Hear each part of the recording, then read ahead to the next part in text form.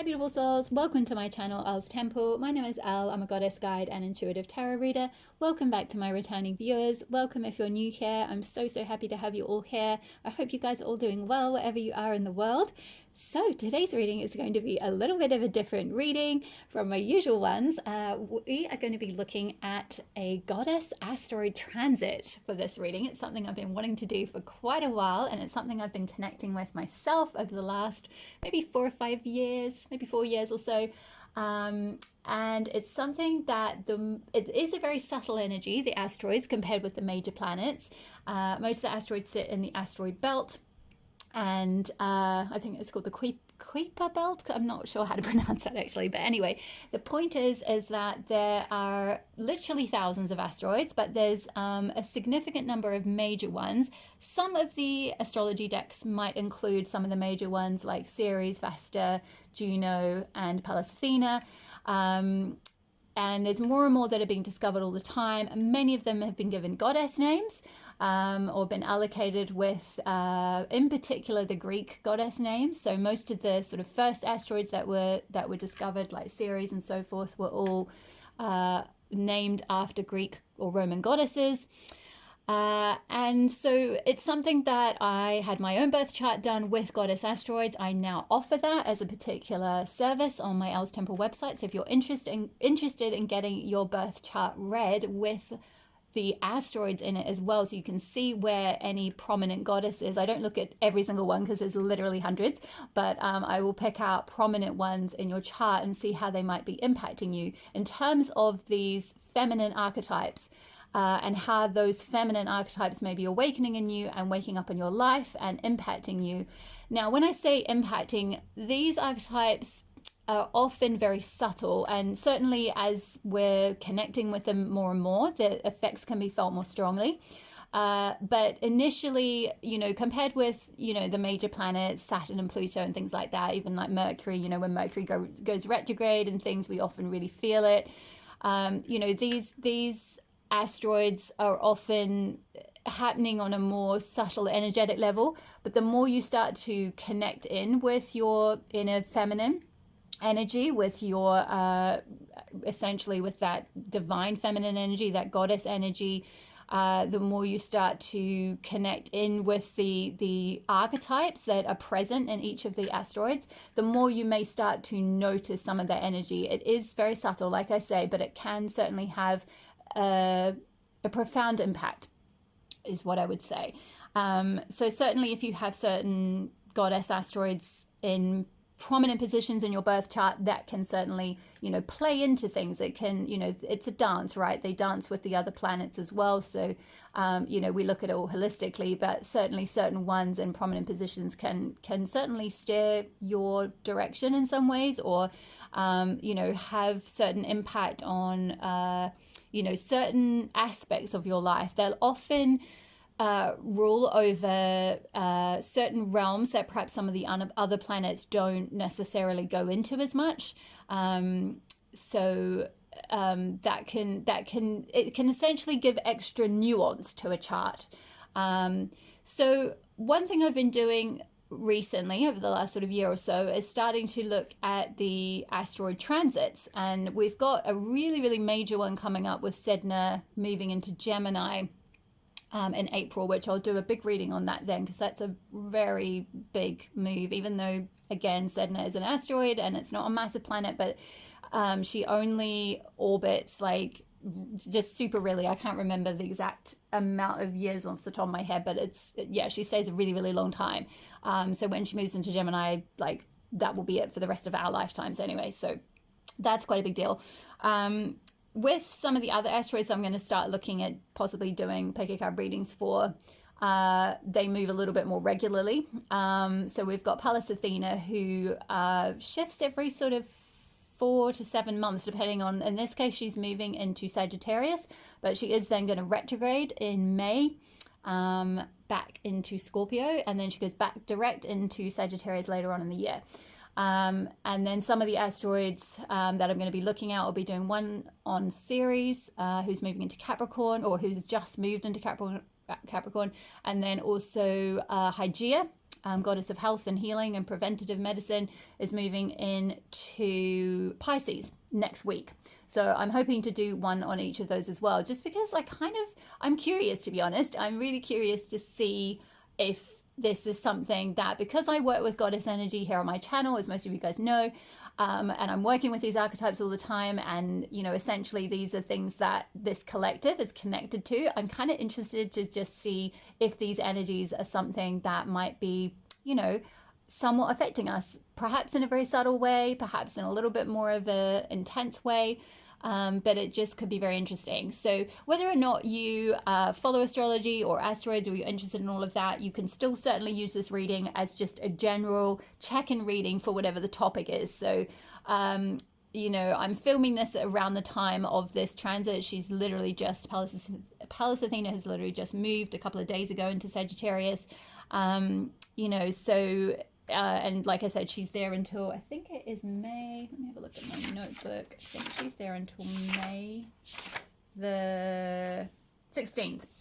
And then she goes back into Scorpio, and then she goes back into Sagittarius on September 8th, and then into Capricorn on November 30th. So she's in Sagittarius for a fair bit. So, you can listen to this reading around, over the next couple of months. But if you're drawn to it, if you're watching this later, if you feel called to this later in the year or another year, if this video is still out there on YouTube, then trust your intuition. It may be that the topic or the timeless messages that are within each pile themselves are relevant to you at that particular point in your life, and that Athena, in her infinite wisdom, has some messages for you at that particular point. So just trust your intuition. So to talk a little bit about Athena, so in case you're new to her, so she is a Greek goddess of wisdom and knowledge and learning, creativity. She was a goddess of crafts and weaving. She is also sometimes depicted as a goddess of warfare as well. She was often depicted with a helmet on her head and was said to spring from Zeus's head. She also is a goddess of essentially political activism, and also diplomacy and fighting for a cause and all of that kind of thing. So she's also a goddess who can help us with strategy as well. She's very even though she's all about wisdom and learning and knowledge and all of that, she is also very strategic and can be very rational and very strategy minded. But essentially with this transit, with her moving into Sagittarius, this is going to give essentially an amplification, if you like, or an expansion to all of those energies. So it's going to look like helping us see the bigger picture, helping us to look at certain things in our life, helping us to sort of zoom out and get a bird's eye perspective on our lives and where we're going and a certain aspect of our life.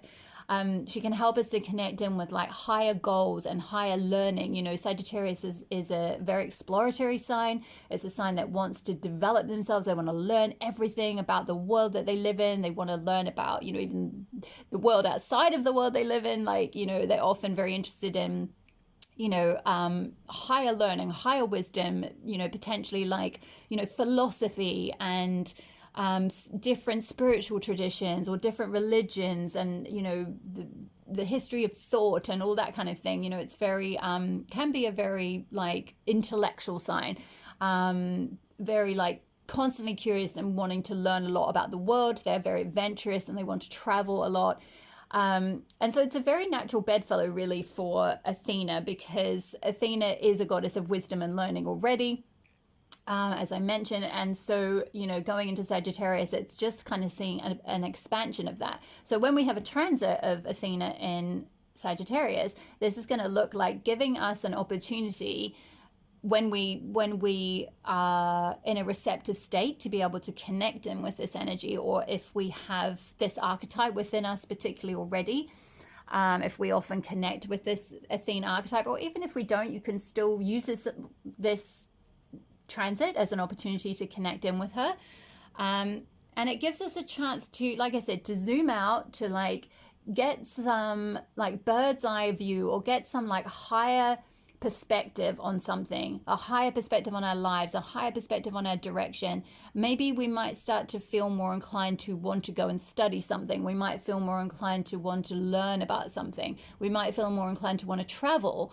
And but in particular, not so much necessarily like travel generally speaking for fun or whatever, although it can kind of include that, but it's more sort of travel in terms of like learning about different cultures, for example. Travel to, you know, say to do some sort of a, you know, like a shamanic retreat somewhere, for example, or to travel to, you know, sacred sites, or somewhere where there's, you know, a lot of you know, perhaps like some sort of spiritual tradition or something like that, or a religious tradition, and you can learn something in that place, or, you know, connect with the energy of that place, or, you know, somewhere that has a lot of like higher wisdom from sort of ancient cultures or something like that. You know, you might often feel that kind of pull around this time, because it's you know, Sagittarius is ruled by Jupiter. Jupiter is all about expansion, amplification, optimism. You know, it's kind of, it's an energy that wants us to kind of like not play small, not stay stuck. You know, it wants us to expand and grow. And Sagittarius is very adventurous, it's very expansive, it's very like driven to learn, and Athena is very driven to learn. She is all about learning and knowledge and wisdom. It can also be a time when you may essentially feel almost like a connection, a stronger connection to like your higher self, to your guides, to spirit, to your ancestors, and be able to receive wisdom more directly. You might start getting stronger downloads. You might just feel more intuitively tapped in. You might feel, excuse me, you might feel like your wisdom is fine tuning a little bit with this transit. Also, you may feel called to start strategizing things in your life a little bit more with regard to some bigger goals that you have, you know, so especially because it might give us this sense of a bird's eye view over, you know, where we might be going, where maybe before we might have been, you know, perhaps stuck in the details, you know, stuck in the sort of the reeds, so to speak, like, you know, in the river. We're kind of just like clinging to the edge of the river and not allowing ourselves that surrender of going with the river all the way into the sea to kind of like expand with the ocean. We're kind of like perhaps wanting to stay close to the you know, the riverbank kind of thing, and this energy can help us to like just gently prise us away from clinging to the riverbank and start to like kind of like zoom out, where we might be just looking in amongst the reeds and being like, okay, I've just got to make it to that little rock over there, and like that's fine. Like certainly, you know, life is a series of steps, and it is all going to be made up of that, but like this energy helps us to kind of like zoom out from that, being stuck in that place, especially if we're having a difficult time, right, and we're getting sort of bogged down with details and bogged down with the day-to-day. It can help us zoom out and like look at, you know, further down the line, and look at the bigger picture, and look at like where all of this, you know, all of these different steps are taking us. It's kind of like it gives us a chance to perhaps look at the overall tapestry of our life that we're weaving. That's how it's being put to me. So I feel like that's all I have for the introduction. I hope that kind of made sense, and it introduced you a little bit to this transit and to Athena. You know, obviously do your own research if you want to know further. I don't have a blog post yet about Athena on my blog, but I will soon, because I'm kind of working my way through most of the major Greek goddesses and archetypes and asteroids.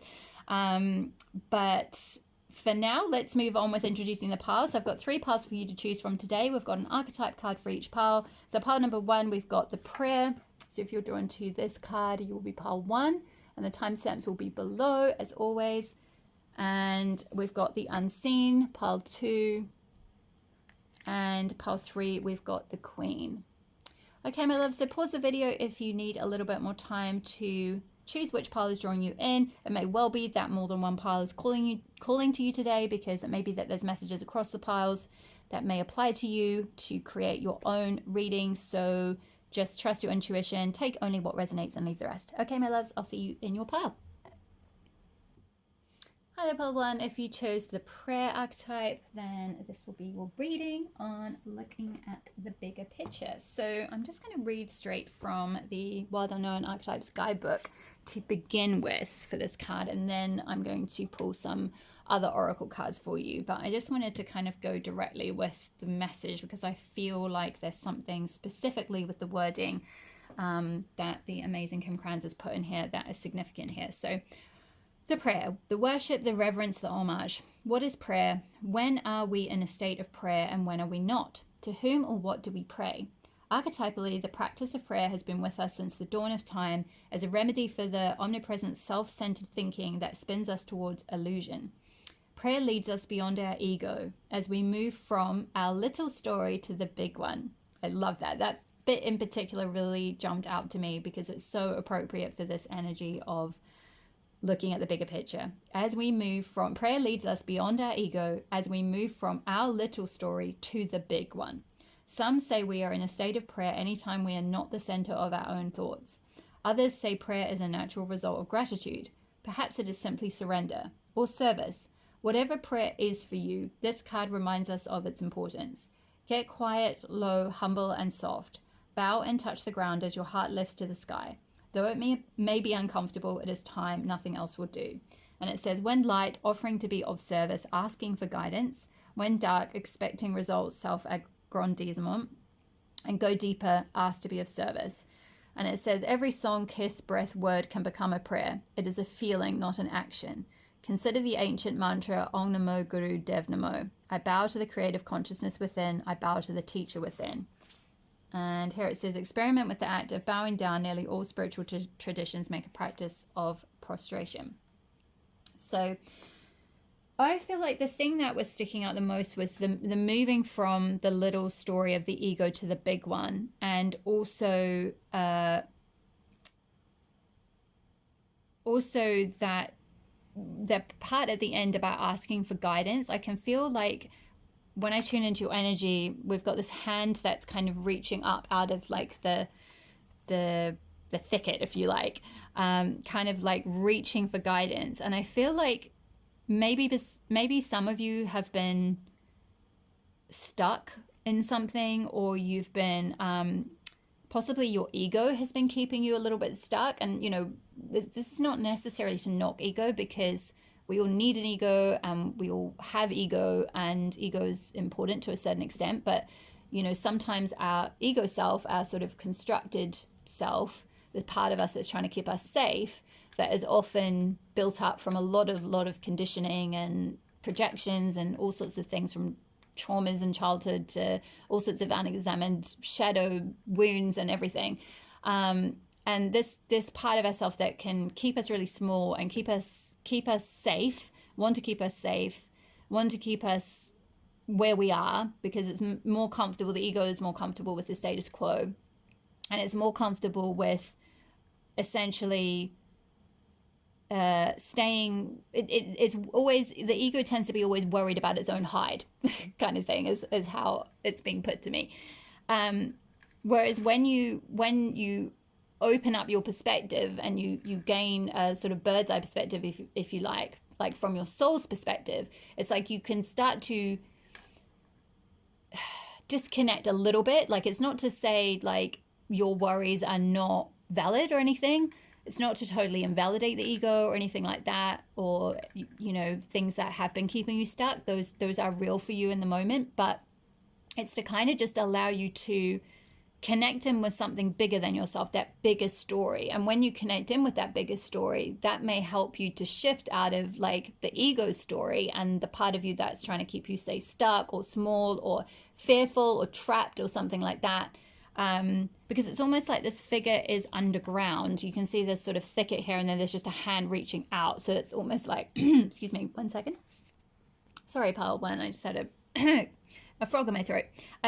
So yeah, it could be that you're feeling a little bit stuck. You're feeling a little bit like something's holding you down, or like, you know, there's a part of your ego, or there's a part of like the story that you're telling yourself. That very much stood out to me in that passage I was reading. the small story, the story that you've been telling yourself, the story that your ego self, the illusion, is trying to tell you about you and what you're capable of, what you could do, what your life sort of, trajectory could be, what your sort of bigger life story could be. It's like it's, trying to keep you safe, I feel like, trying to keep you sort of stuck in one place or still in one place. And I feel like your guides or your higher self or, your like spirit in general, I guess, it wants to connect with you and wants to give you guidance. I feel like there is guidance that wants to come through, but maybe there's something around, like, I feel like your ego is possibly blocking that guidance a little bit, or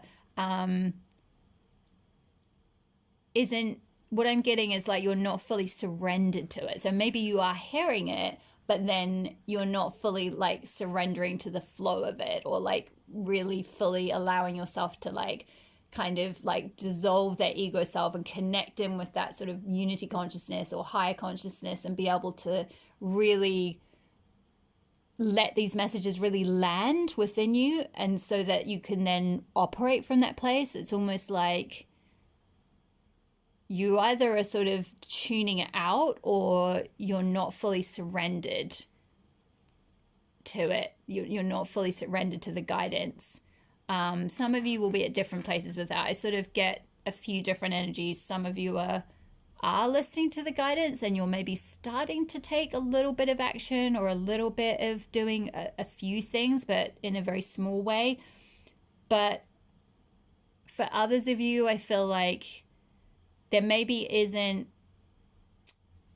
it's like there's a distrust there, or like this sense of like not wanting to, I feel like that's why it was coming through about kind of, really feeling it, bowing down in gratitude. And listen, you don't have to like literally put like kneel down and put your head on the ground. It's kind of an attitude really, or like a, like an inner feeling. It's a reverence, it's kind of like a reverence for your inner higher self.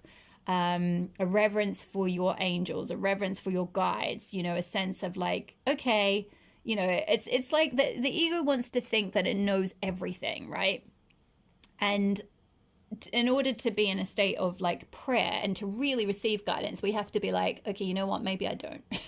Maybe I don't have the bird's eye perspective on my whole life. Maybe I think I do, because I want to stay attached to that story where the ego is like, I'm going to be da da da da, like I'm going to do this thing and be like super famous and rich or whatever. I'm not saying that that's what your ego is telling you, but like, there might be some story around like what your ego wants or what your ego thinks is best, or, and I realized that like I just said something like being famous and rich is quite a like big thing, whereas like actually maybe really the story that your ego is telling you is like, no, let's not be seen, let's not go out and shake the boat and do something different, let's just kind of stay in the status quo because this is comfortable and I'm safe where I am, and if we go and do something different, that's really threatening to me.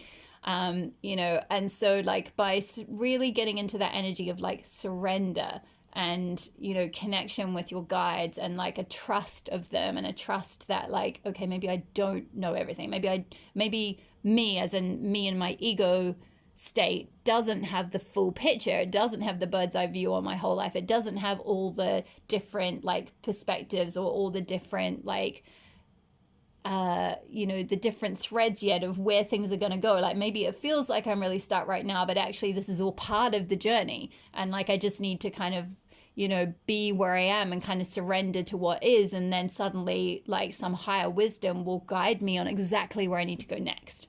That's kind of what's coming through. And it's interesting, this I'm getting like I'm sort of going back and forth between tuning into your energy and tuning into your guides, but I'm getting a lot through from your guides. Like I'm getting a lot, and I feel like that's because like they've wanted to talk to you, but maybe you haven't carved out the space or time for to be in this like prayer energy, to be in this sort of open, receptive, surrendered state. So let's have a look at what I feel like if we continue on listening to these guides, what do they, and Athena, of course, what do they want to tell you about looking at the bigger picture? What does pile 1 need to know about the bigger picture of their life? Ooh, interesting. Forgiveness. And we've got, like, again, with the hands reaching up. There's a hand reaching up here and 2 arms reaching up to the sky here. Interesting. Which is like in a state of what is the word? I can't think of the exact word, but it's like it is kind of a state of surrender, really. It's like a state of like release, and like it's kind of like, I give this to you. If you can get to what I'm hearing is humble. If you can get to, and I'm not saying this as in like, oh, pile 1, you're so arrogant. No, no, no. I don't mean in that way at all. I'm just saying it does require a certain like attitude of like humility or being humble to kind of be able to surrender up, you know, difficulties that you're facing. And these could be, you know, really intense things, right? If there's something or someone that you need to forgive, and this may well be yourself. This could be forgiving yourself for something.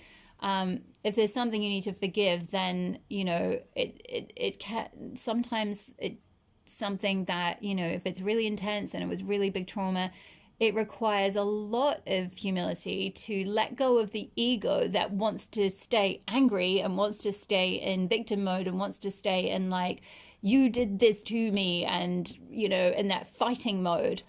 And it's very interesting I'm talking about the fighting, because Athena is a goddess of warfare and diplomacy, but she's a goddess who won't, she's more about diplomatic tactics and strategy. She's more about like working out a way that everyone can, you know, it can be fair for everyone. It can reach like a fair and peaceful conclusion if that can be arranged, rather than like, you know, just creating warfare for the sake of bloody warfare. That's kind of more Mars energy, like fight for the sake of the fight, you know, that real battle energy.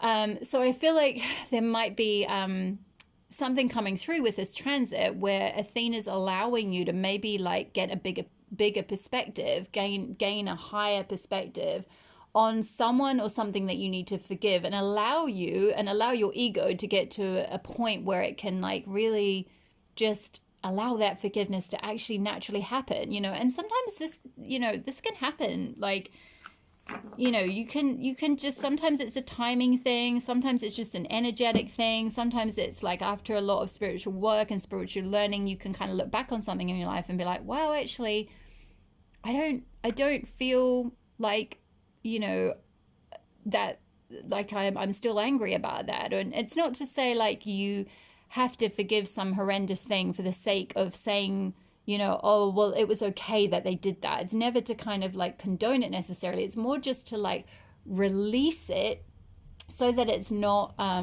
burdening you, and so that it's not like driving your life or driving your story. So, you know, kind of as an example, what I'm getting through perhaps is like, given I picked up about, you know, the ego playing it small and the ego's small story versus, you know, the bigger story, and then this forgiveness theme, possibly this could be something like people who kept you small in childhood. Maybe there was some childhood trauma, maybe there was some like, you know, over disciplining you, for example, or not allowing you to kind of fully you know, develop yourself in any way, or like, you know, be who you really were, or something like that.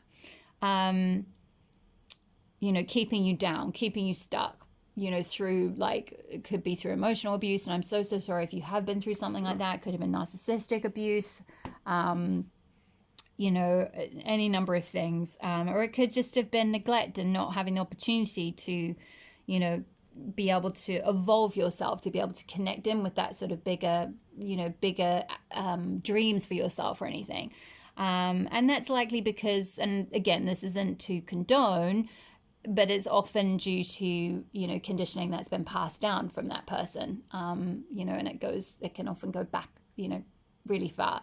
But I feel like there's this opportunity with this prayer, and also, you know, just being in a state of being humble enough to like say, you know, how you can even ask, how do I forgive this situation? If it is something that you feel like is holding you back in your life, holding you back from, you know, your dreams, or expanding in the way you want to, you know, asking your guides for guidance, asking for guidance on how to forgive something, or you know, how you can do that. I'm hearing ho'opono onu could be very helpful. I can't remember the exact phrasing. I did this years back. It's something like I'm not even gonna it's like, I love you, thank you, I forgive you, something like that. But there's like 4 phrases and I can't remember the order, so I'd recommend you look that up. But it's like there's this lovely sunset energy in the background. It's like something is ending, a cycle is closing out. So this Athena transit could really help you to, like, you know, close out some kind of cycle, close out this forgiveness, see the higher perspective on, you know, that personal situation. You know, or maybe this is forgiving yourself as well. This could be self-forgiveness for, you know, not doing something you wanted to do, or entering into something you know you shouldn't have, or whatever it might be. Just trusting that, you know, everything that's happened in your life was meant to, you know, and just surrendering, like letting it go. I see some of you maybe doing like a dark moon ritual or a new moon ritual, something like that. We've got the crescent moon here. So like, you know, that's symbolic of a new beginning, a new slate, a new cycle. So I feel like there's something, you know, that sun is setting on something, it's like, and I'm also hearing like, don't let the sun set on your anger. So maybe if you're going through like relationship difficulties or something, even though Athena isn't really to do with that, that's kind of more like Juno and some of the other asteroids, but that's just specifically what I'm getting with this reading. Like what's just channeled through is like, maybe for some of you it could be like forgiving a partner, forgiving an ex-partner, maybe having some relationship things, like not sort of letting the sun go down on your anger and frustration, like maybe, you know, finding it in your heart to forgive, not to necessarily condone. And also sometimes, you know, just to put the caveat out there that, you know, forgiving doesn't also necessarily mean you let that person back into your life. Sometimes healthy boundaries are necessary with people who have done hurtful things, right? So it's not just being like, oh, okay, like, oh, just, okay, la la la, I just forgive them, it's fine, like whatever you did, like, okay, you can just come back in and do that again, not a problem. Like, no. You know, it'll obviously be different for all of you, but there's maybe just an opportunity now with some energy coming through to be able to forgive something that might have been holding you back and might have been keeping you in your ego and keeping you stuck in a smaller story in some way. So let's get a little bit more energy on the table. What else does Paul? Ooh. Oh, wow. I love this. Okay, we've got the Morrigan. I feel like it's not that one. So the Morrigan, card number 24, power, courage, and strength. I love this. I did a blog post on the Morrigan, so if you want to know a little bit more about her and rituals to connect to her energy, I will leave the link below, so check that out. Very powerful goddess, very powerful energy. So yeah, power, courage, and strength. And we've got another like crescent moon here. So yeah, definitely doing some kind of moon ritual could be very helpful for you. I feel like whatever this situation was that you're forgiving, or this thing you've been through, whether this was something in childhood or something more recently, it was something that happened in order to galvanize your power in some way. It's like you met some sort of a disempowerment in order to learn where, what I'm hearing is like, in order to learn where you needed to put up healthier boundaries and where you needed to like assert your power and strength. So it's like in order to kind of galvanize that strength within you, which is very appropriate for Athena themes really, because like I said, she's a goddess of warfare, you know, she's a goddess of defense as well. So yeah, again, with the like defending your boundaries, like, you know, having strong boundaries. Yeah, so this is a very, very strong energy. It's interesting. It's like kind of a opposite energy to the energy I've been talking about with this, like more sort of surrendered, you know, humble kind of energy. This is very, very strong, but and it's quite kind of like fighter energy. Like the Morrigan is also a she's an Irish Celtic goddess of like warfare and battle. They're telling me to get the book. Hold on. I feel like there might be a specific message in here, specific guidance. Okay, it's quite a long message. Let's see. Okay, this bit. So the Morrigan comes into our lives when we really need some strength to make something happen. You know, you know when enough is enough. The power you get from that kind of situation is exactly what you need to propel you forward in your power to get what you need. This is a time to stand your ground, dig your heels in, and be firm in what you desire. Go after what you want and don't let anything stand in your way. The Morrigan shows us how to look at our shadow self, the aspects that we keep in the dark or are afraid to look at. She shows us that in the shadows lie our strengths, not our weaknesses. The Morrigan also shows us that what we perceive to be a negative situation may be exactly what is needed to create peace or a desired outcome. Just like some forests need fire to regenerate, so too is death and destruction needed in our lives in some shape or form. Death doesn't need to be a physical death. It can be an ending of some sort. What did I say about the sunset? There being some kind of ending for you, closing out a cycle. Yeah, something that makes it final. If you face a situation you don't understand, say thank you for it. Why? Because it is in your life for a reason, a lesson, an ending. It's not until after the battle that we come to understand the gift it brings.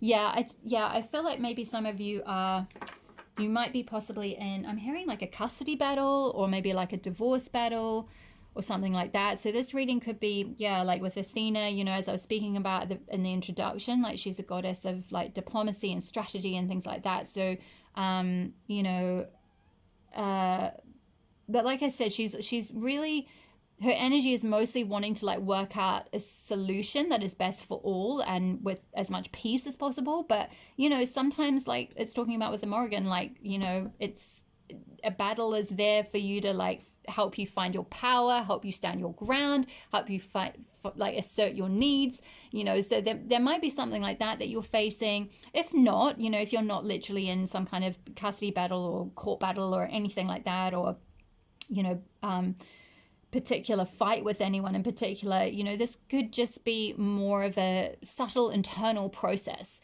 that, you know, maybe this is relating to older stuff, right? This could be like forgiving, you know, because like this spiritual healing journey is not a like linear, like, oh, okay, I do these 5 steps of spiritual awakening and then boom, I'm this like Buddha person and I get to just, you know, like live free of any pain and suffering. Like it's cyclical. And so, you know, you could be going through a certain cycle where, you know, a deeper level of forgiveness is being called for. It could be like getting to a point where you're forgiving yourself for something rather than someone else. Maybe you've already forgiven like an ex or, you know, an ex-boss or whatever it might be, but now you're really being called to forgive yourself and really surrender to your guidance. And like, you know, that message in particular, how the Morrigan was talking about, whoops, I've just lost the page number. Where is it? It was talking about like, it's a time, to go after what you want and don't let anything stand in your way. So maybe this is like, you know, forgiving yourself for like letting certain things that you wanted to do in your life, you know, not necessarily, you know, maybe your ego held you back from doing them. You know, because this transit, Athena and Sagittarius, you know, as I said, Sagittarius is very expansive energy. It's very exploratory. It's very like, you know, wants to go out and learn things. So maybe there's something around like, you know, having the sort of courage and the strength to like really go after your goals and really like, you know, go, as it said, like go after the life that you want, like, you know, have the power to be able to do that. And maybe there's been something standing in your way before, whether it's a certain person, a certain like belief system. It'll be different for all of you. But I feel like for some of you, if there's not a specific person that you're forgiving or reaching a higher perspective on the situation, it's like forgiving yourself for something. Let's get a Wild Woman card. So, okay. Whoa, okay, we've got, I don't think it is this Creatrix one. I feel like it's this one. Card number 30, I am whole, wholeness. Yes, and we've got this dragon here and a tiger as well. Hopefully you can see okay with the light. Yeah, there's like a lion. So very fierce energy, you know, this figure's got it's very strong energy, like this figure as well. So yeah, I feel like you might be getting through this Athena transit, you might be getting this like really fierce energy coming through of like, yeah, standing your ground, like, you know, integrating some of your shadow self as well, which, you know, the Morrigan card talked about that as well. And then this card with wholeness also speaks about integrating, you know, both your light and your shadow sides, like knowing that often in our shadow sides lurks a lot of power, like it's parts of ourselves that have been disempowered from, you know, conditioning, from toxic relationships, things like that. But actually that's where our power is. And when we're able to like look into our shadow, we often find that these parts of ourselves that have been deemed unworthy of like seeing the light, it's like actually then we reclaim those parts back, reintegrate them within ourselves, and then we're able to have this like integrated, balanced, like light and day, yin and yang, you know, light and dark aspects of ourselves. So I feel like that's something that with this prayer here, it's like you're getting to a point where, because your ego isn't ruling all the shots, you're starting to be able to surrender more and get more guidance and be able to start integrating these different parts of yourself. That's interesting. I said selves, integrating different parts of yourselves. So I guess that could be, you know, like your higher self, your child self, you know, your like feminine self, like all these things. So, you know, and what's coming through as well is like, you know, Athena was a goddess who was one of the few goddesses to help, you know, knowledge and all of that, and also, you know, warfare to an extent, to be also seen as a feminine thing, as a feminine trait. You know, she was very intelligent, you know, knew all about law and everything like that. So there might be something around like people not necessarily like, maybe because depending on how you identify, like perhaps if you identify as a woman, or you've been in a culture where like as a woman you were discriminated against a bit, you know, or something, like you were taught something, maybe like the culture around you wasn't so much this, because it might have been modernizing a bit more, but maybe like a parent figure or something like that taught you like, oh, it's not feminine to be like this, or it's not, you know, that like that aggressive attitude, or being a fighter like that, like being someone who asserts themselves or whatever it is, or like, you know, wants to, you know, fight in a certain way, like that's not feminine to be like that, or that's not, you know, like you should be like, you know, and I've had this before in a reading quite a while back, but yeah, it's that kind of like girls should be seen and not heard, like sit down and shut up. Like you might have had that, or, you know, it may not have been as a girl, it might have just been, you know, as a child, like children should be seen and not heard. But I'm particularly getting like, you know, for those of you that identify as women, those of you that, you know, might have had some sort of gender conditioning around like what women can and can't do, or like how they should present themselves or something. There might have been something around like an aspect of yourself that was suppressed, that is to do with like strength and standing up for yourself and being really powerful, and, you know, and it's kind of, this wholeness is like integrating both those sides, like, you know, having that kind of like strong, supportive, masculine side, as well as this like feminine, receptive, nurturing side. You know, it's like you can be both, you know. That's what all these goddesses, the point of all, you know, connecting them with all these different archetypes, is that they allow us to like have this kaleidoscope of different feminine archetypes to draw on at any point. So let's finish up with one of the Wild and Sacred Feminine cards. I'll get one more card for pile one. Get one. Whoa. Ooh, eggshell with weaving. Beautiful. Yeah, I feel like this is coming back to the story that I was getting when I read out the bit from the archetype card with the prayer about telling the story, connecting with the bigger story rather than the small story that the ego wants to tell. There's something around like weaving a new story kind of thing. I'm just seeing like all the rainbow colors of her thread here. Hopefully you can see that in the camera. Sorry, the focus is not very good. But yeah, there's like a rainbow of different colors. So, which can speak to different chakra healing, but also rainbows come after the rain, right? So maybe some of you have been through like a period of sadness or loss or something, which would make sense with what I was talking about with the forgiveness. But But I feel like it's linking to what I was saying with the Morrigan card, how she was saying about like, it was something to do with like not asking why this happened to you, but you know, what can you do, you know, looking at sort of like coming from a more empowered place, like rather than a sort of victimized place. And it's not to say you haven't been victimized, and it's not to say you aren't a victim. It's just to say like, what can you do, and how can you look at it as like you are in the right place. This happened for a reason. Why did it happen, and what do you need to know about it, and how can you move forward? And I feel like that's something that you're in the process maybe of weaving, and so that you can kind of create a new like tapestry for yourself. It's interesting, I was talking about tapestries, I think in the very introduction. Yeah, I think at the end of the introduction to the overall reading, I was talking about weaving a tapestry, and we've ended up with weaving. And Athena is also a goddess of weaving and crafts. So possibly, you know, this could speak to literally doing some weaving or crafts. Maybe some of you used to do this as a child, like working with, you know, fabrics or, you know, embroidery or something like that. It could be very healing.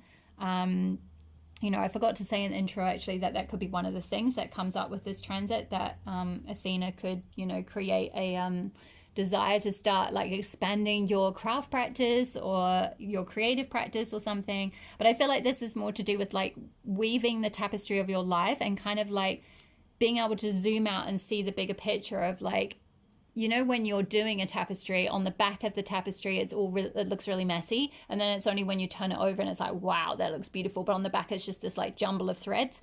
And I feel like maybe right now where you're at, and maybe with things that have happened recently, and we've even got this like thicket, this sort of bramble here, it's like a jumble of threads. You feel like you're stuck in the jumble, and maybe all you can see for your life is that jumble of threads at the back. And so there's something around guidance wanting to come through that will allow you to like flip that tapestry over and start to see like actually the beauty of what you have created so far, and give you a little bit more of a sense of agency around like, you know, once you're connected with your higher self, you'll be able to like feel into and co-create the tapestry of your life with your higher self. Oh, that's really beautiful. Let me just have a look at the book, because there might be an additional message. I feel like that might be kind of all, but I'm just going to see. Where is it? Whoops. Oh no, she's a goddess, so she's at the back. There it is. Oh. Here we go. Okay. Shadow distrust. Interesting, because I spoke about distrust at the beginning with the prayer card, and I was saying something about, I was kind of picking up on someone whose guides have been trying to speak to them, and I feel like you can kind of hear them, or you're getting the messages, but you don't trust the messages.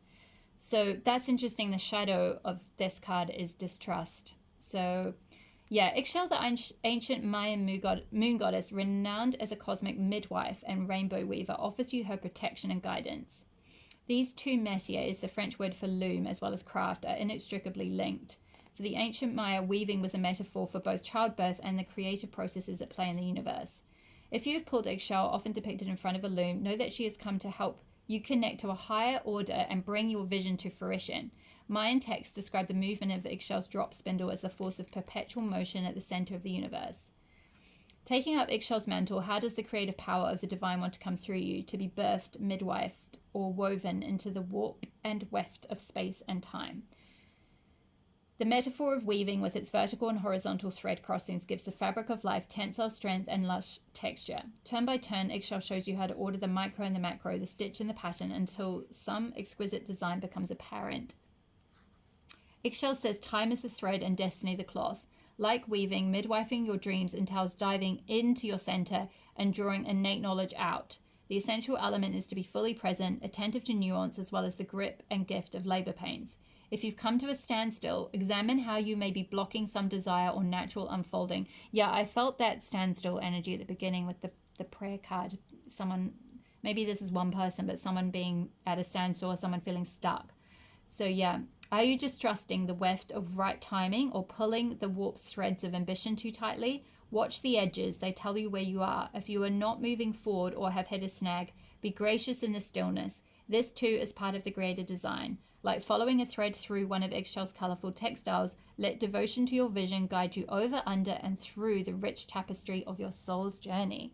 Wow, that's such a beautiful message. And I feel like it kind of wraps all of this up really nicely and kind of circles back to everything I was sort of picking up initially with the prayer card. So yeah, there's definitely a beautiful tapestry that you're in the process of creating. Maybe you're at a little bit of a standstill now, but just connect in,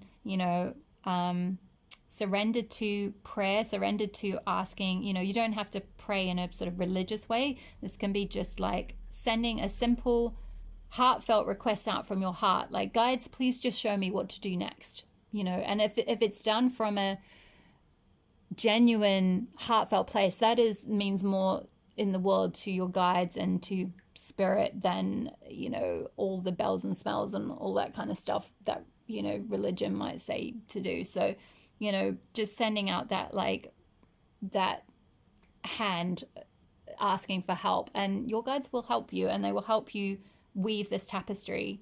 You are already doing it, is already being woven, but it's like maybe you feel there's something around distrust, there's something around not trusting what's being woven, or being able to see the beautiful side of the tapestry or something like that.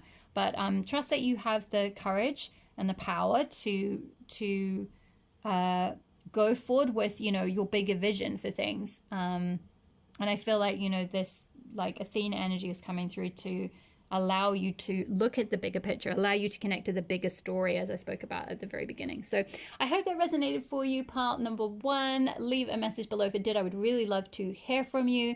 If you would like to book a Goddess Asteroid reading, birth chart reading with me, where I look into the prominent Goddess Asteroids in your birth chart, then check out the link for that below. I also have the link for my blog as well, where I post about the goddesses once a week, and also the Wheel of the Year and other significant astrological movements and things. So sign up to my newsletter to get an update on those. And I also have a Patreon where I go in depth. We do goddess in-depth readings and also activations and rituals and things like that on there. I have 2 different tiers, so I'll leave the link to that below as well. Otherwise, thank you so much for joining me. Hit the like button if you enjoyed the reading. It helps my channel to grow so much, and I so appreciate each and every one of you who are doing that. Hit the subscribe button if you're not already part of the community. I would love to have you here. All the best with your journey, and I'll see you in the next reading. All my love. Bye. Hi there, part number 2. Welcome to your reading on Look at the Bigger Picture. So if you chose the Unseen archetype card, which is card number 27, this will be your reading. So right off the bat, part number 2, I'm getting with the number 27. Some of you may be 27 years old, or 27 might be a significant number, or in numerology 27 reduces to 9. So some of you may be a life path 9 possibly, which is a life path that is often involved with being very spiritual, being humanitarian. It's a very caring energy. It's very compassionate, very empathic. It often is a part of people who go into like law or teaching or some kind of humanitarian role, or a healer, or some sort of like priest or priestess, something like that. So that could be, just for some of you, this could be a confirmation if you are life path 9. Doesn't have to be, and you may still be in one of those professions or drawn to something like that, even if you're not. But that's the kind of energy that's coming through. With this Unseen, I feel like I'm getting a few things through. So I feel like what I'm hearing is connect the dots. I'm seeing on this card, hopefully you can see with the light, there's just like lots and lots of tiny dots. I'm seeing like maybe one thing that might be coming through as part of this Athena transit is an ability to be able to like connect the dots, ability to be able to see things that previously were disparate or disconnected or something. It's like you're suddenly able to start putting things together in some way. I also see that maybe some of you may, especially if you are very spiritual, very empathic, things like that, you may start having a bit of an awakening of some of your spiritual gifts really coming online or heightening. Maybe some of you already have these. I mean, we all do, right, to an extent, but it's just that many of us get conditioned out of, using them or believing in them or trusting them or anything like that. But, most humans have these gifts to some extent or another. But I feel like your clear gifts, clairvoyancy in particular, being able to like see into the future, or be able to just like see visions of things, particularly seeing a vision for your own life, your own path. I feel like that will become a lot clearer potentially over this time. Also, potentially other clear gifts like clairaudience, clairsentience, claircognizance as well is coming through quite strongly, especially with Athena being goddess of knowledge and wisdom. And I did speak about in the introduction to the overall reading about how this could be a time with Athena moving into Sagittarius, and Sagittarius being ruled by Jupiter, planet of expansion and growth and all of that. And she's goddess of wisdom, spiritual knowledge, higher knowledge, that some of us might start getting downloads, maybe, I know that for some people, certainly some clients I work with and other people I was connected to, friends, and even some of the comments I saw on here towards the end of last year, there was a lot of like heavy energy. Many people were going through, and sometimes it was a little bit more difficult to like connect in, right, to feel that connection with spirit or your higher self, or get those clear audience messages and things like that through, or be able to kind of see beyond the veil, so to speak, to kind of be able to connect in with guides and like see where things were going and all of that, and sort of see a clear sort of visual of our future. But I feel like maybe this is a time where, with Athena being here, certain downloads might start coming through quite strongly if you're open to that. If that's something that you already do, or you're already very spiritually awake and you already get certain downloads, you might just start find, if you're open to it, particularly if like you're meditating in the morning or something, or you have like a, daily journaling practice or something, you might just start finding that the wisdom that's starting to come through you, the clarity of an awareness, certain knowledge might just start coming through, really quite regularly, or a little bit more clearly or something. It's like you're going to be able to see things a bit more clearly. You're maybe going to be able to connect the dots. So maybe if for some of you, if you've been trying to work out how things fit together, or you haven't been able to see how something's going to either resolve, or you can't see like the bigger picture in a certain situation. It could be a specific aspect in your life, or it could just be your whole life, like your life path. You could be struggling with like, particularly if you are 27, you could be going through a Saturn return. So that can definitely bring up big questions about your life path, because Saturn will definitely do that when you have your return. It's a little bit before, because it usually hits around 29, but you can certainly start feeling the effects of a Saturn return as early as age 27. So for some of you might be starting to like, look at certain dots, certain aspects, certain disparate pieces of your life and be like, why am I doing this? And is that really what I want to do? And how does that fit into my life? And, do I want to keep going down this path? And where is that really leading me? And sort of just asking lots of questions. I'm kind of getting a very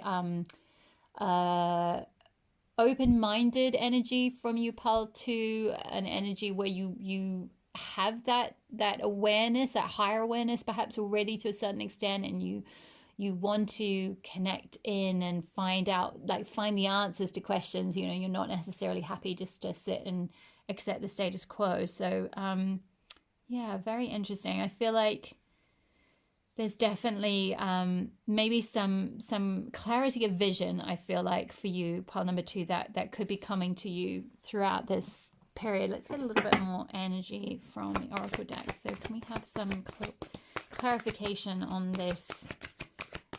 Can we have some clarification on this, please, Spirit?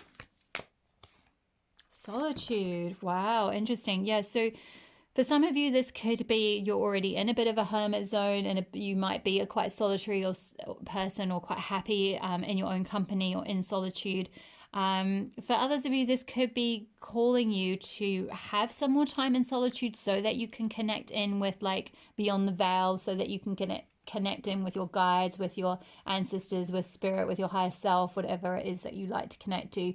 or maybe you haven't been sort of carving out enough time to do that. And if you're wanting to get more clarity, if you're wanting to be able to see more clearly, if you're wanting to be able to connect all those dots and understand how to move forward, then maybe having more time in solitude could be really helpful for you. It could be calling you to really take some time out. It's a very serene energy, you know, he's out on the, or this figure's out on the, you know, like a very still, peaceful lake, and there's a full moon here. So maybe for some of you doing rituals at the full moon, you know, full moon's all about amplification and bringing things into manifestation and things coming to light. You know, things that have been buried and under the surface can start to come up for us during a full moon. You know, it's like it shines light on something that might have been hidden.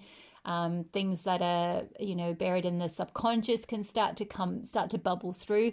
So maybe there's something that like hasn't been seen by you, you know, it's been buried, or it's been hidden, or it's been sort of just beyond your perception or beyond your sight, or you haven't had the time or space or energy, or you haven't sort of carved that out to be able to like quiet the mind, you know, really meditate, really go within, really listen to your higher self. So particularly I'm uploading this just after the new moon, so the next full moon could be really powerful for you. I think it's a full moon in Virgo, so that will be coming up towards the end of Feb. I think it's about the 25th of February.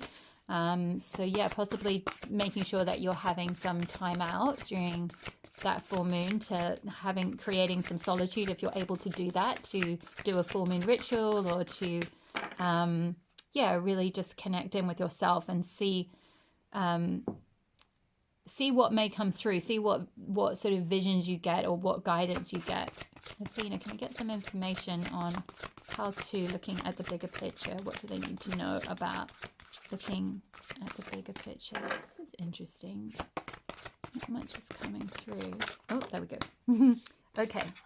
Shaman spiral, awareness, practice, and connection. Yeah, I feel like that's just confirming exactly what I was saying. Like the need to practice, you know, carving some time out so you can connect in with yourself, you know. So whatever rituals or practices you like to do, whether it's like doing meditation, doing yoga, doing like yoga nidra, you know, going out on the water or out in nature, whatever it is that you need to do to connect in with your higher self, to connect in with your spiritual self, to gain some awareness. And it's interesting, this figure has her eyes closed here, so and this one's got an eye wide open. And I feel like actually, you know, this card, the unseen, it's really talking about like, you know, creating a connection with the unseen world, right? Creating a connection with the world that we think is sort of unreal because we're here in the 3D world, right?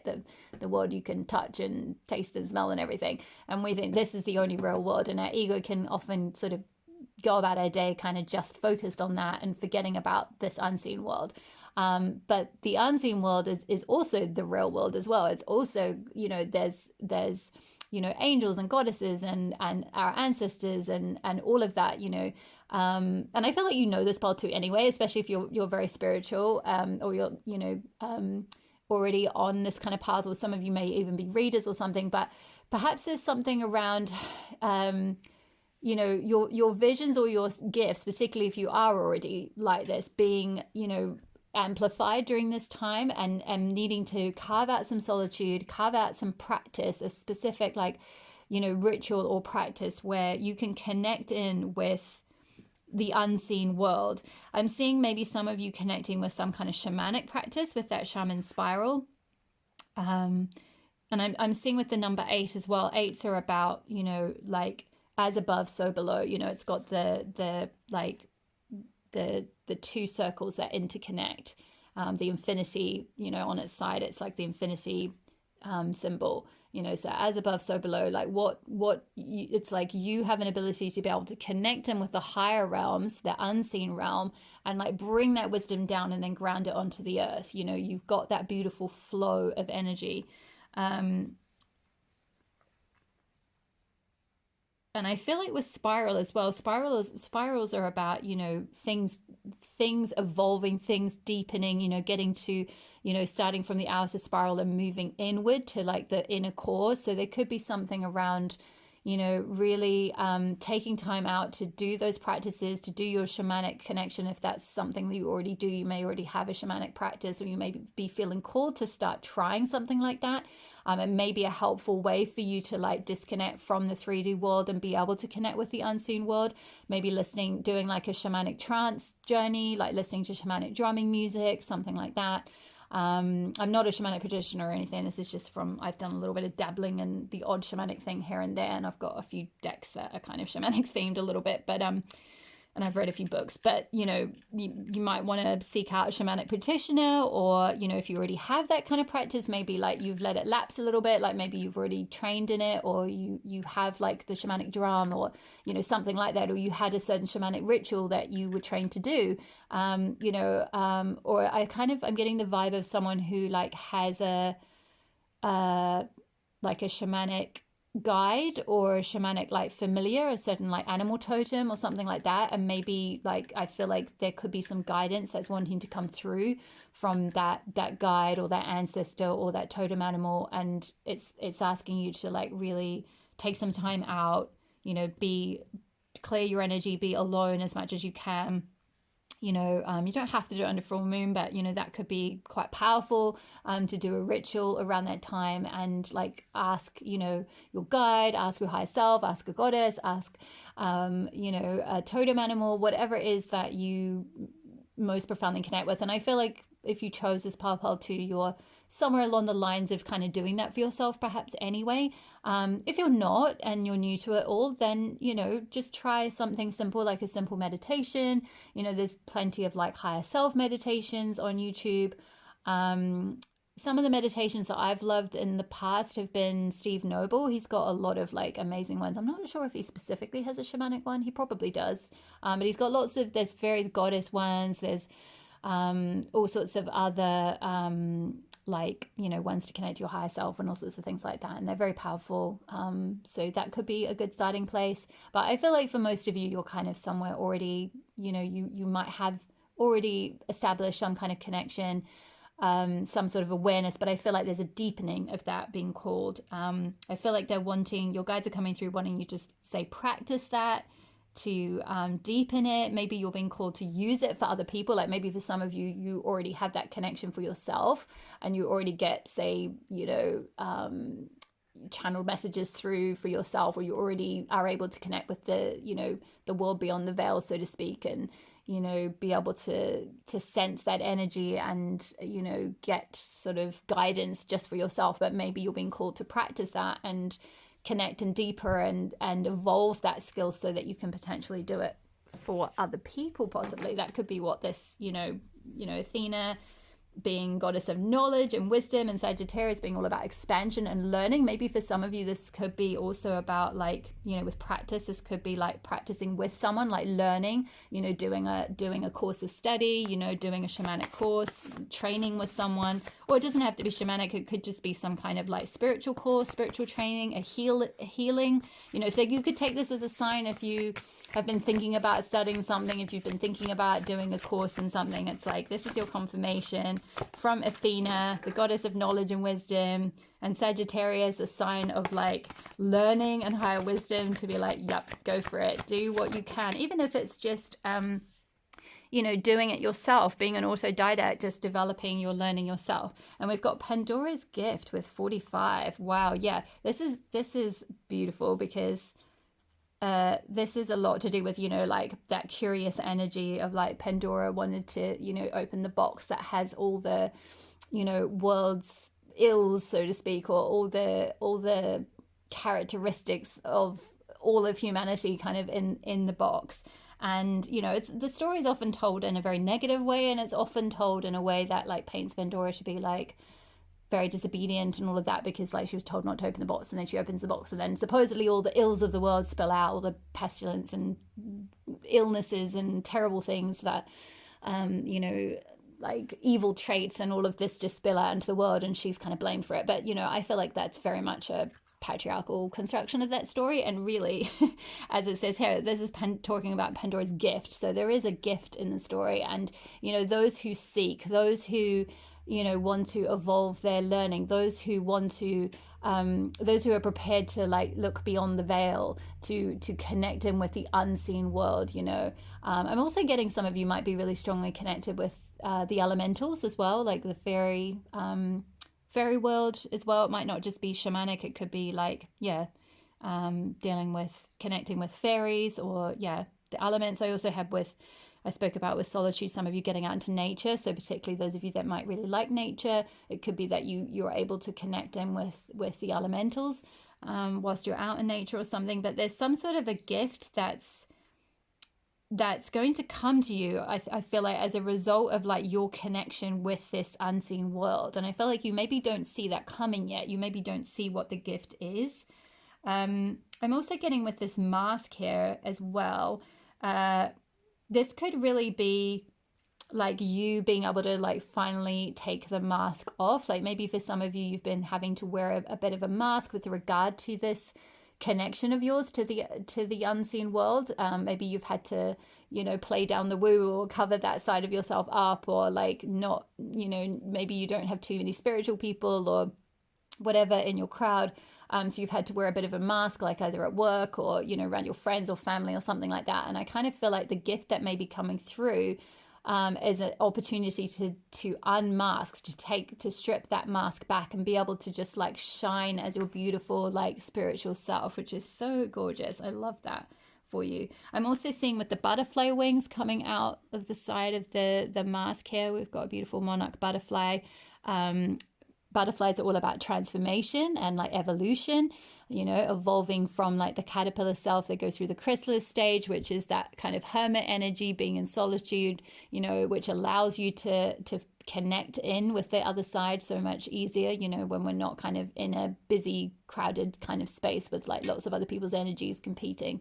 Often on part of that spiritual journey, in order to connect in with the other side, we often get put through a bit of a test where it's like, hey, where did all my friends go? Because it's often that like, spirit will kind of put us through, almost like being withdrawn, being secluded, being sort of forced away from, the crowd and everyone else and what everyone else is doing, because it wants us to like cultivate this connection with our higher selves or with the other side kind of thing. And we're able to hear that so much more clearly when we're not kind of, so worried about, all our peers and what they think and, going to them for validation and whatever it might be. I'm not saying that you necessarily did this, but, often on that spiritual path, it's like, we will be kind of sort of pulled away and go through a period of solitude so that we can evolve this gift. And then usually once we've kind of gone through all of that and we've healed certain things, we can kind of come back and sort of rejoin the world. And often then we may reconnect with old friends, or we may then be in a different vibration and often attract a new soul tribe.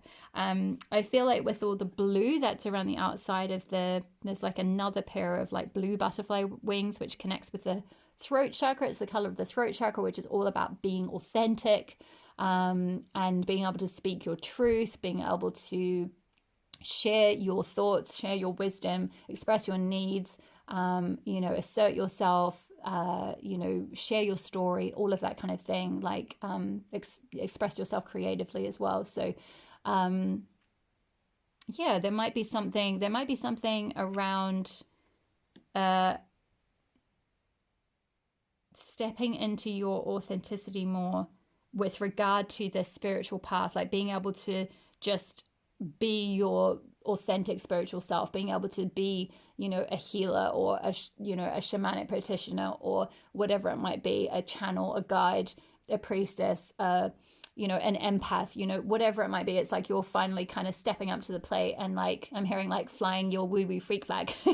Like, yep, I'm here. This is me. Actually, I'm taking the mask off. Like, I'm this person. I can channel spirits, or I can, I can connect with like shamanic energy, or I can do shamanic healings, or I can connect with fairies, or I talk to fairies, or I talk to goddesses, or whatever it might be. It's like you're kind of getting that boost of like it's like wanting to expand into being your authentic self a lot more. It's like kind of that butterfly where it gets to the point where it's like it can't stay in its chrysalis anymore. You know, it's like that was there for a reason. That time of solitude was there for a reason as you grew and like learned and evolved. But now like you're, you know, these butterfly wings are like fully just stretched out, and it's like now time to kind of fly, and that is like your gift. I feel like there might be something in the guidebook for this particular card that I'm feeling called to just check. It's quite a long message in this book, so I may not read all of it, but let's just see. Yeah. Okay, so there is a mythic woman much maligned throughout history, I was talking about that, whose name means all gifted. Pandora lives within us. And sorry, I just wanted to point out that all gifted, I did say with the unseen card that you may have many gifts, like spiritual gifts, clairaudience, all the clair gifts, you know, clairaudience, clairvoyance, all of that may be waking up. So I feel like that's kind of connected with this gift. Like you definitely have a gift. You are very gifted spiritually in particular. But yeah, Pandora lives within us as our curious nature, yearning to conquer chaos, evil, and darkness with the light of knowledge. Look at that. How perfect. Athena, goddess of knowledge. Exactly. So she is the hopeful voice of our soul that asks the questions, and in doing so triggers the process that brings the answers. Sometimes it is through uncomfortable learning that we find our treasure. Pandora reminds us that the process of learning can take us to places that seem like the end of our world, and yet all is not lost. Even now, the light within you is stirring for new revelation, new life, and new adventure. Pandora is all gifted and all giving. Her presence invites you to forego your belief and judgment. Now is the time to surrender the misplaced guilt that you may have brought upon yourself or another some terrible happening. It is time to let go of the shame-based belief in punishment. This is a belief that you deserve to be brought to task over any perceived imperfection, or that your natural human journey somehow renders you inadequate. Pandora frees the soul from such torment. This is her gift. The human journey necessarily involves learning through experience. There is no shame in your learning process. Pandora's presence is the sign of a new time, a time to swap the notion of inherent shame for the acceptance of inherent divinity. From this moment on, how unstoppable you shall become. Okay, they want me to read the rest. So sacred rebellion is happening within your soul as a powerful uprising towards liberation. You are breaking free from the weighty criticisms of the world, from the power games that bore you senseless, and from the insanity of sacrilegious priorities in this world. That's that solitude thing. You're breaking free from it's like I felt like many of you have been sort of removed somehow from your, and it could have been like you initiated that yourself, or it could have been that spirit kind of moved certain things in your life so that you were, pulled away from certain situations or people that just weren't really in your highest good. So yeah, dare to disobey anything and everything that is not divine. Pandora is the leader of your soul revolution. She defies the vicious judgments of history and all that has been said about her. She shrugs off misery, despair, and the weight of the world to recognize that she is the bearer of the true and beautiful light of peace, comfort, hope, and reassurance. With her oracle comes the realization that you too are a divinely defiant believer in hope who shall cast off the works of anyone who seeks to torment you. As this shift takes place, you shall dare to look within your own being and find the light. You are being put on divine notice from the sacred feminine that there is a talent and ability within you that needs to be acknowledged. Yeah, that's, I feel like, coming back to the shaman spiral with awareness, practice, connection, practicing some kind of talent or gift that you have, or maybe studying it or training with someone, or just learning at home. I feel like there's something really strongly coming through that they want you to cultivate more. So yeah, there is a worthy seed of something beautiful and necessary within you. If you choose to develop and express this seed, step by step, it will become an extraordinary light in your life and in the world. So poke your tongue out at the naysayers and turn your attention to the bright hope within. You were born to strut your soul stuff. Oh my gosh, I love that for you, pile number 2. That is such a great ending to that bit. Yeah, poke your tongue out at the naysayers. Yeah, I felt like kind of what was coming through was this, taking the mask off, being your authentic self. Like maybe for some of you, you don't have people in your life that are really like you know, on the spiritual path or understand what you're doing, or, you know, whatever it might be. They might be a bit naysayer about this kind of thing, or they might be like, oh, how are you going to make money doing that? Or how are you going to do that? But like, you know, you're a starseed, I feel like, or some sort of like an earth angel, or you know, a very spiritual being. So I feel like, you know, whatever your soul is calling you towards, you know, it's guiding you to like really use this gift. I feel like you're it's not random that you have this gift, and I feel like you are going to be a beautiful light in the world, and that is something that you're being called to, like, yeah, learn, practice, evolve, expand, you know, bring to people, bring to the world.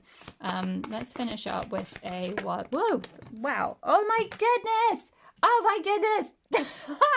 That's why I love doing it live, because that happens and you can actually see it, and you know that I've not just picked the cards. Not that I think that you think that I do that, but it's so fun when it just comes out. It just it makes my day. The synchronicities. Look at this butterfly transformation. I was just speaking about the butterflies. Double butterfly message. So you guys are definitely going through big time transformation. You're definitely like expanding, like having like a soul glow up is what I'm hearing, or what I'm being shown. So yeah, maybe some of you have been in a, like, prior to this, you might have been in like a sort of caterpillar mode, or in the chrysalis mode. I feel like for most of you, like in this solitude, hermit, chrysalis, like kind of just shedding, you know, shedding the old caterpillar skin, shedding the skin of your old life, or old ways of being, or old identity, or the masked self, and like, you know, breaking that down. And then like underneath all of that is because the liminal cells of the butterfly live within the caterpillar or something, so it's like it then just like comes out of the caterpillar, and then like you're breaking out now of your chrysalis, I feel like, and spreading your wings. And oh, so beautiful. I love this for you, pal, too. Like, and both of them have bluey green wings as well. The butterfly on the outside of this mask, and this one has got bluey green wings, which, like I said, blue is all about the throat chakra, expressing your truth, being your authentic self, being able to share your wisdom, you know, all of that. So yeah, that is amazing. I feel like you're going through, yeah, quite a transformation, quite a deep transformation, pile number 2. So yeah, I just feel like there's just what's coming through is to keep, sorry, I'm getting like a lot of energy coming through. I'm trying to like translate it, but essentially to keep practicing, keep using your gift, keep practicing it, keep like, I'm hearing kind of like if for those of you that maybe don't use this gift with other people, like start to practice with others, using it with others. So if it's, say, could be doing something like this, could be doing readings, or, you know, channel guidance, or some sort of healing, Reiki, you know, shamanic rituals or something, shamanic practices, you know, any number of spiritual things. But if you've only sort of just done it on yourself, you know, maybe start to try doing it with other people. And if you've already started doing it with a few friends, then maybe start to try putting it out to a client, or putting it on a social media platform, or something like that. It's like whatever is the next kind of stage for you of expansion, or even just starting to feel comfortable kind of being out in the world as, like, you know, this spiritual butterfly that you are. But I feel like the more you connect in, the more you like practice your connection with your guides and your higher self, and with like the other side, the more you'll be guided as to like what your next steps are, and how, you know, how to then expand that gift, and who to then work with, or how to then, you know, shine your light in the world. So yeah, I feel like that's all the messages I have for you, pile number 2. I hope that resonated for you. If you would like to have a Goddess Asteroid birth chart reading with me, I will leave the link to that below. You can book that on my website, elstemple.com. Check out my website as well and sign up to my newsletter. I do weekly blog posts on the goddesses and the wheel of the year and other good stuff like that. And the newsletter, I do a cosmic goddess update every new moon and full moon. So sign up if you're not already on the newsletter. to receive that. I pack in lots of information about all the cosmic updates going on for the month. I also have a Patreon as well, where I do in-depth goddess readings and activations. There are 2 tiers to choose from. I'll leave the link to that below as well. And I think that's about it. Hit the like button if you enjoyed the reading. It helps my channel to grow. I so appreciate each and every one of you who's been doing that. Hit the subscribe button if you're not already part of the community. I would love to have you here. Leave a comment if it resonated. That also helps me know what is resonating for you guys at the moment. And I love to hear from you, and I will always try to reply when I can. So yeah, all the best with this beautiful butterfly transformation you're going through, part 2, and I will see you in the next reading. All my love. Bye. Hi, pile number 3, if you chose the Queen archetype card for your reading on looking at the bigger picture, this will be your reading. So straight off the bat, pile number 3, I'm just being really drawn to this lotus here with this little pearl that's kind of sitting inside the lotus flower. I feel like this particular Athena, goddess of wisdom and knowledge, moving into Sagittarius transit might be like dropping, what I'm hearing is like dropping pearls of wisdom in your lap kind of thing, or like you're gonna just like find these little pearls of wisdom inside of you to like share. And I feel like a lot of that wisdom is bubbling up from the depths of your experiences, because you know, lotus flowers, like they sit very beautifully on the surface, but they've grown up through like the most, you know, murkiest, muckiest kind of, you know, dirt and everything to kind of get to the top and then open out in this really beautiful way. So they're often symbolic of like having gone through, you know, literally grown through kind of like shit or shitty situations, right? Like going through something really painful, really difficult, possibly traumatic, or just a lot of you know, feeling really quagmired, feeling really stuck in like sticky situations or negative energy or toxic energy or whatever, and like, you know, really having to like find that strength to like keep growing and getting to the surface where you just, you know, you have this so much grace and, you know, so much beauty from having gone through so much. I'm being shown the oh my gosh, I've just drawn a blank of what it's called. I can see the visual of it, the Japanese art where they put the gold, it's kintsugi, I think. I used this example in a reading a couple of weeks ago, and I had the name then, but I've forgotten it. Anyway, sometimes when I'm channeling that happens, but I think you guys know the idea, you know, where something is broken and then it's like fixed by putting like gold paint in it. And the idea is that, you know, that whole process is that makes the object more beautiful, that it's gone through something like that, because the gold just, you know, makes it even more beautiful. So I feel like maybe for some of you, you've really grown through a lot of difficult things. You've really gone through some difficult things in your life. But it's enabled you to gain these like beautiful pearls of wisdom, these beautiful nuggets of wisdom that you can maybe share with other people in some way. I'm also seeing with the number 11, some of you might be life path 11s, and it's a master number. It's a life path that often does involve a lot of difficult situations, actually. Like it often is a path where you're put through a lot of very difficult things in order to learn and gain wisdom, exactly as I'm talking about with this lotus, so that you can then share that with others. You know, it's a path that often becomes like a teacher, a guide, you know, priestess, priest, that kind of thing, like a spiritual guide. All of that. So that's not necessarily like, some of you may not be life path 11, but you may still be drawn onto a path like that, or vice versa.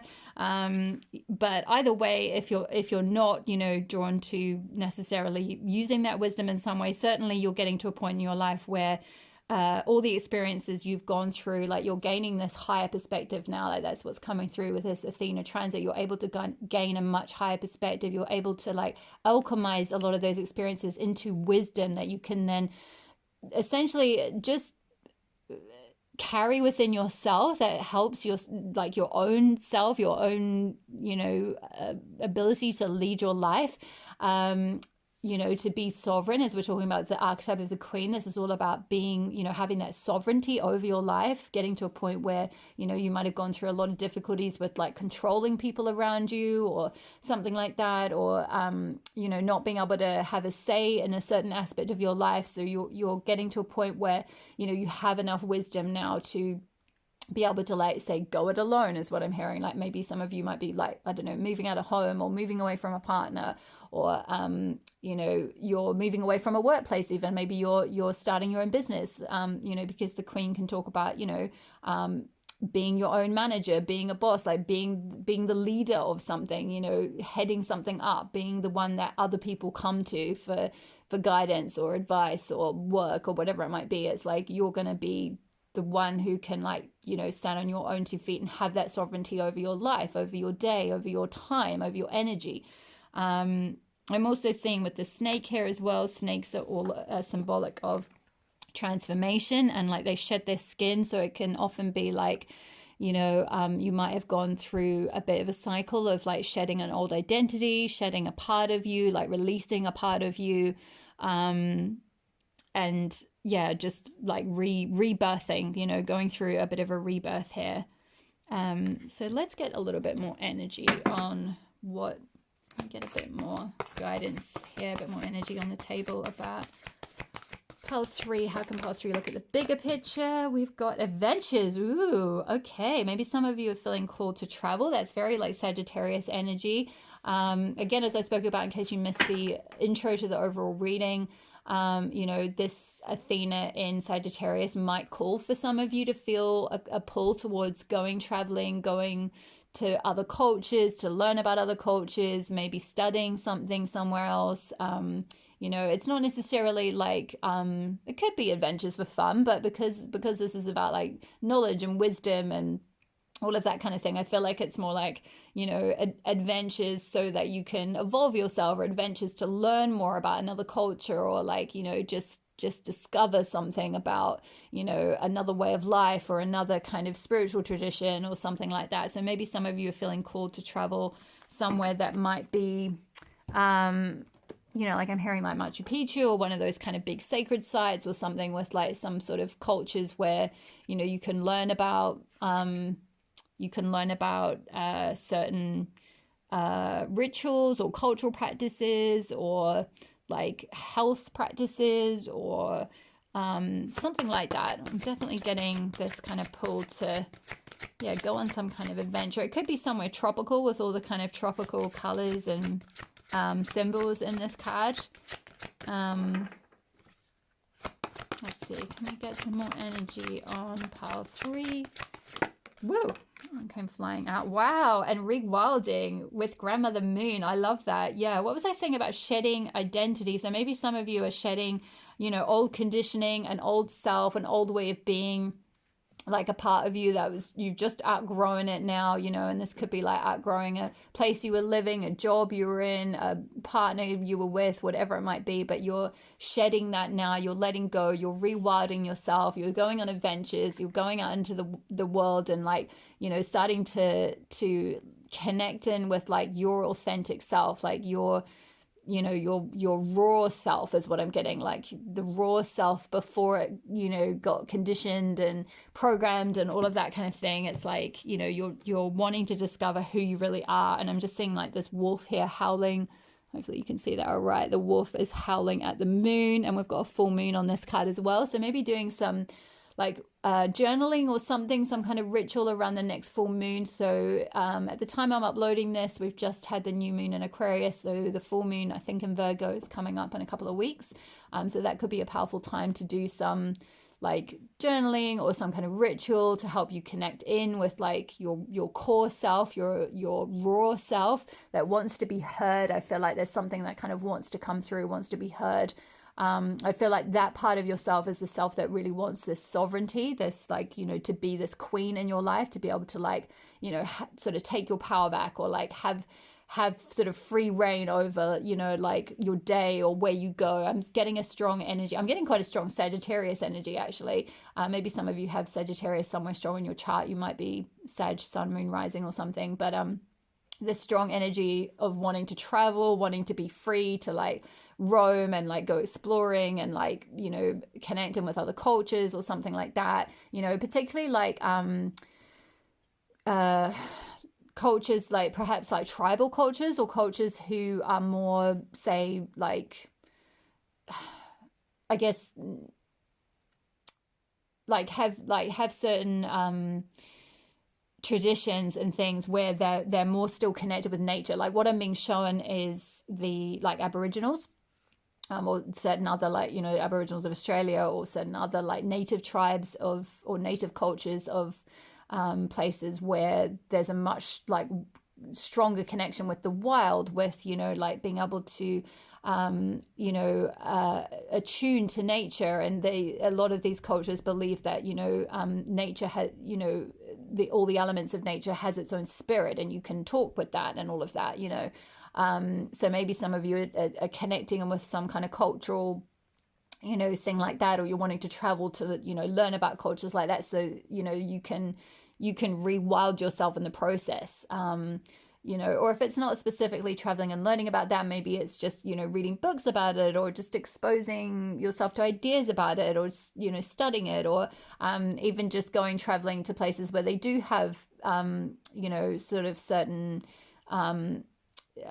native cultures, and you could learn about it or something like that. You know, maybe you're not necessarily meeting them or anything, could depend on, you know, what your interest is in this, of course, but that's just something that's coming through, and it's something that you might start to get a bit of a yearning for. If it's something, you know, possibly this is something for you guys, you if you've picked this pile, chances are you already know this about yourself, and it's already something that has been an interest for you potentially for a long time, but you're now maybe getting the pull with this Athena, goddess of knowledge, maybe into Sagittarius, sign of travel and exploration and expansion. You're getting that little like that we nudge from Athena to be like, okay, you wanted to learn about this, you said you were wanting to study this, or you said that you were interested in learning about this culture, now is the time to go. And you might just find like the most crazy synchronicities come about to, like, you know, create an opportunity for you to go on some sort of adventure, or to like be able to rewild yourself. Like things might just fall into place in the most synchronistic way that you can't even,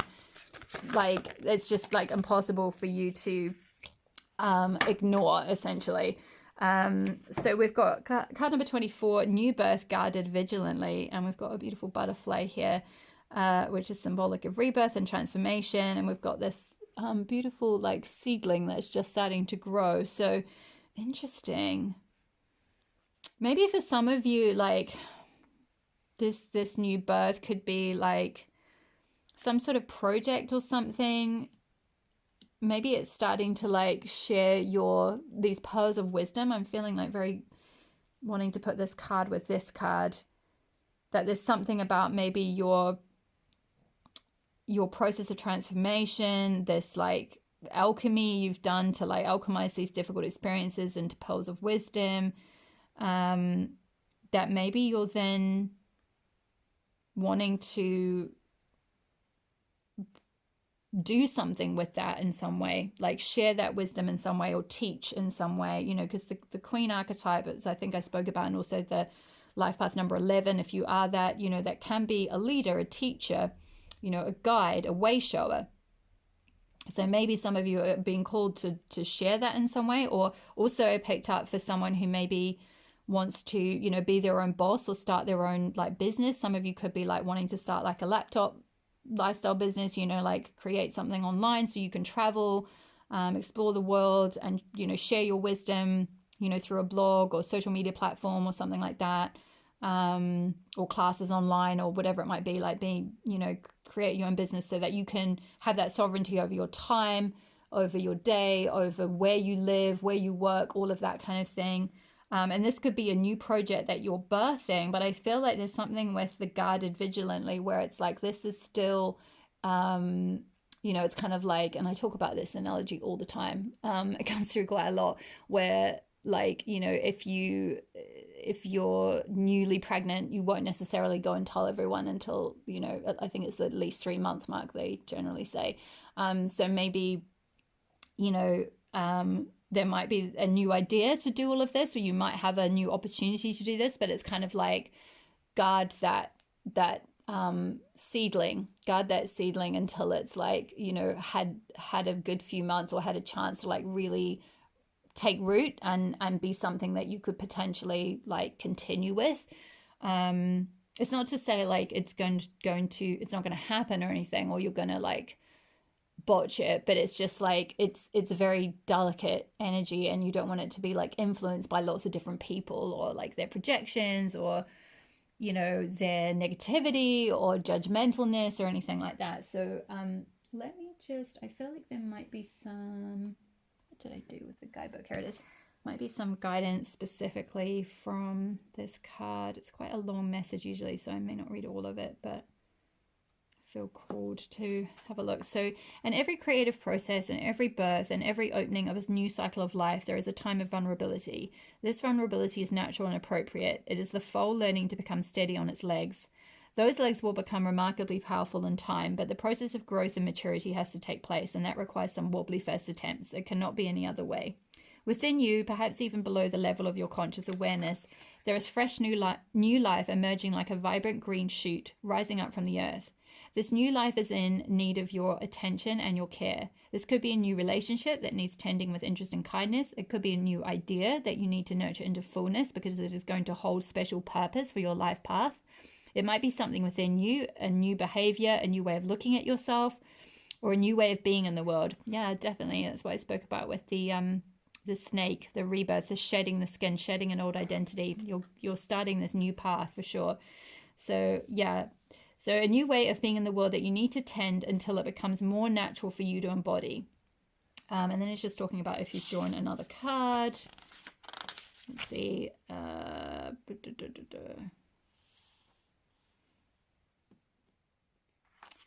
So you will not always need to cloak that which is young. Soon enough, it will be able to stand up for itself. But for now, your vigilance and care is most certainly required. Hug your ideas to yourself as though they were a new lover you cannot bear to share with another.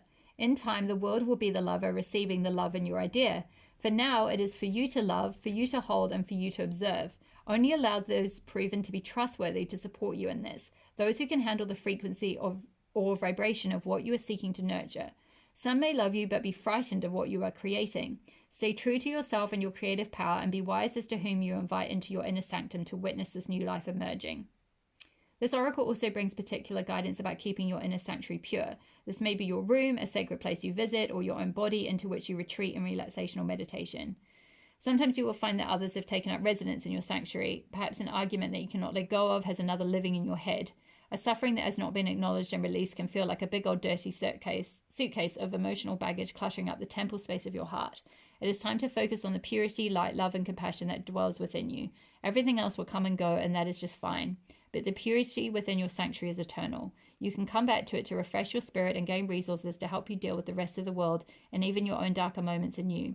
It will give you the peace and spaciousness of mind you need to recognize the new life and to compassionately but firmly denounce any intrusion upon that new life by doubt, fear, or sabotage. Wow, very powerful. I wonder what this new life is, pile number 3. Share below if you feel comfortable sharing. I would really love to hear what that might be. I'm very curious. So let's have a look at, let's get a couple more cards to finish up.